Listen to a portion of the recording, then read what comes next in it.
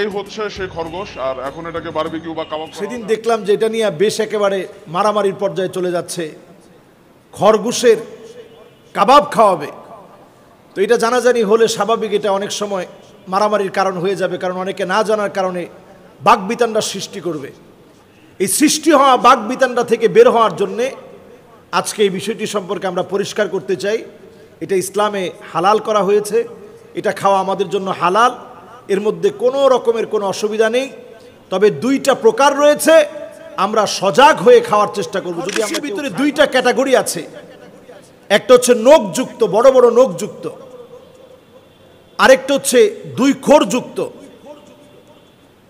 যেটা বড় বড় নখযুক্ত খরগোশ ওইটা খাওয়া যাবে না, কিন্তু যেইটা বড় বড় নখযুক্ত না, মানুষ লালন পালন করে ঘরের মধ্যে, আমি নিজেও সেটা খেয়েছি, মিশরে অ্যাভেলেবল সেটা পাওয়া যায়।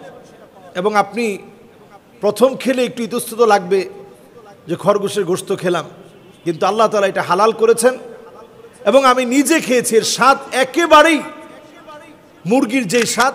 আল্লাহ রাব্বুল আলামিন যেগুলোকে আমাদের জন্য হালাল করেছেন, আল হালালু বাইয়িন ওয়াল হারামু বাইয়িন ওয়া বাইনাহুমা উমুরুন মুশতাবিহাত আও মুতাশাবিহাত, এই হাদিসটিকে শরীয়তের 1/3 বলা হয়েছে।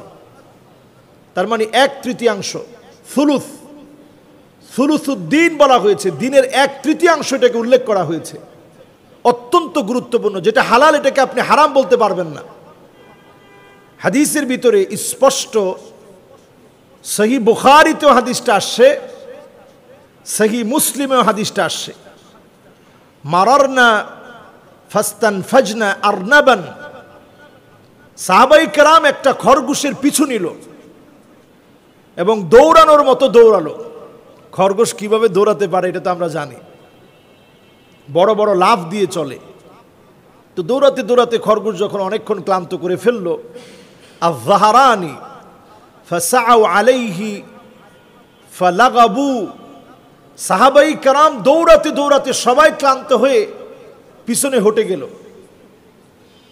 ক্বালা ফাসাইতু হাত্তা আদরাকতুহা, বর্ণনাকারী সাহাবী বলছেন যে আমি ক্লান্ত হই নাই, হাল ছাড়ি নাই, তার পিছনে পিছনে আমি যেতে লাগলাম। ফাআতাইতু বিহা আবা তালহা, আবু তালহার কাছে এই খরগোশটাকে ধরে আমি নিয়ে আসলাম। ফাযাবাহাহা, অতঃপর তিনি এটাকে জবে করলেন। জবে করার পরে ফাবাআসা বিওয়ারিকিহা ওয়া ফাখিযিহা, এটা রানের অংশ এবং পিছনের অংশটা নবী করিম সাল্লাল্লাহু আলাইহি ওয়াসাল্লামের কাছে পাঠিয়ে দেওয়া হলো। নবী করিম সাল্লাল্লাহু আলাইহি সাল্লামকে যখন দেওয়া হলো, ফাআতাইতু বিহা রাসূলুল্লাহ সাল্লাল্লাহু আলাইহি সাল্লাম ফাকাবিলাহু, নবী করিম সাল্লাল্লাহু আলাইহি সাল্লাম তা গ্রহণ করলেন। তো নবীজি সাল্লাল্লাহু আলাইহি ওয়াসাল্লাম যেটা গ্রহণ করলেন, নবীজি সাল্লাল্লাহু আলাইহি সাল্লামকে যেটা হাদিয়া দেওয়া হলো, এই বিষয়ে সমস্ত ইমাম একমত। ইমাম আবু হানিফা আলাইহির রাহমা, হানাফি মাযহাবের সমস্ত উলামায়ে কেরাম, শাফি মাযহাব, মালিকি মাযহাব, হাম্বলি মাযহাবের সমস্ত উলামায়ে কেরাম একমত। নবী করিম সাল্লাল্লাহু আলাইহি সাল্লাম এই ব্যাপারে কোনো দ্বিমত করে নাই। এজন্য আমরা যেভাবে আমাদের দেশে দেখি মুরগি যেভাবে বিক্রি করে, ঠিক তদ্রূপ খরগোশগুলো বিক্রি করা হয়। সেই খরগোশের ভিতরে দুইটা ক্যাটাগরি আছে, একটা হচ্ছে নখযুক্ত, বড় বড় নখযুক্ত, আরেকটা হচ্ছে দুই খোরযুক্ত। যেটা বড় বড় নখযুক্ত খরগোশ ওইটা খাওয়া যাবে না, কিন্তু যেইটা বড় বড় নখযুক্ত না, মানুষ লালন পালন করে ঘরের মধ্যে, আমি নিজেও সেটা খেয়েছি, মিশরে অ্যাভেলেবল সেটা পাওয়া যায়। এবং আপনি প্রথম খেলে একটু ইতস্তত লাগবে যে খরগোশের গোশত খেলাম, কিন্তু আল্লাহ তাআলা এটা হালাল করেছেন এবং আমি নিজে খেয়েছি। এর স্বাদ একেবারেই মুরগির যেই স্বাদ, এর চাইতে ভালো স্বাদ আপনার কাছে মনে হবে। এবং মিশরে এটা খুব স্বাভাবিকভাবেই বাজারে বেচা কিনা হয়। আমাদের দেশে আল্লাহ রাব্বুল আলামিন অনেক রকম রিজিক দিয়েছেন, এই জন্য অনেকে এটা আমরা অভ্যস্ত না। এই অভ্যস্ত না হওয়ার কারণে সেদিন দেখলাম যে এটা নিয়ে বেশ একেবারে মারামারির পর্যায়ে চলে যাচ্ছে, খরগোশের কাবাব খাওয়াবে। তো এটা জানাজানি হলে স্বাভাবিক এটা অনেক সময় মারামারির কারণ হয়ে যাবে, কারণ অনেকে না জানার কারণে বাকবিতানরা সৃষ্টি করবে। এই সৃষ্টি হওয়া বাকবিতানরা থেকে বের হওয়ার জন্যে আজকে এই বিষয়টি সম্পর্কে আমরা পরিষ্কার করতে চাই। এটা ইসলামে হালাল করা হয়েছে, এটা খাওয়া আমাদের জন্য হালাল, এর মধ্যে কোনো রকমের কোনো অসুবিধা নেই।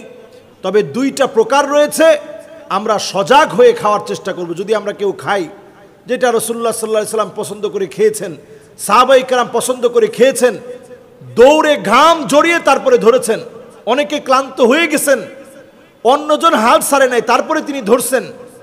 আরেক সাহাবী আবু তলহা তিনি জবে করেছেন, রসুলের কাছে পাঠিয়েছেন, রসুলও স্বাচ্ছন্দ্যে গ্রহণ করেছেন।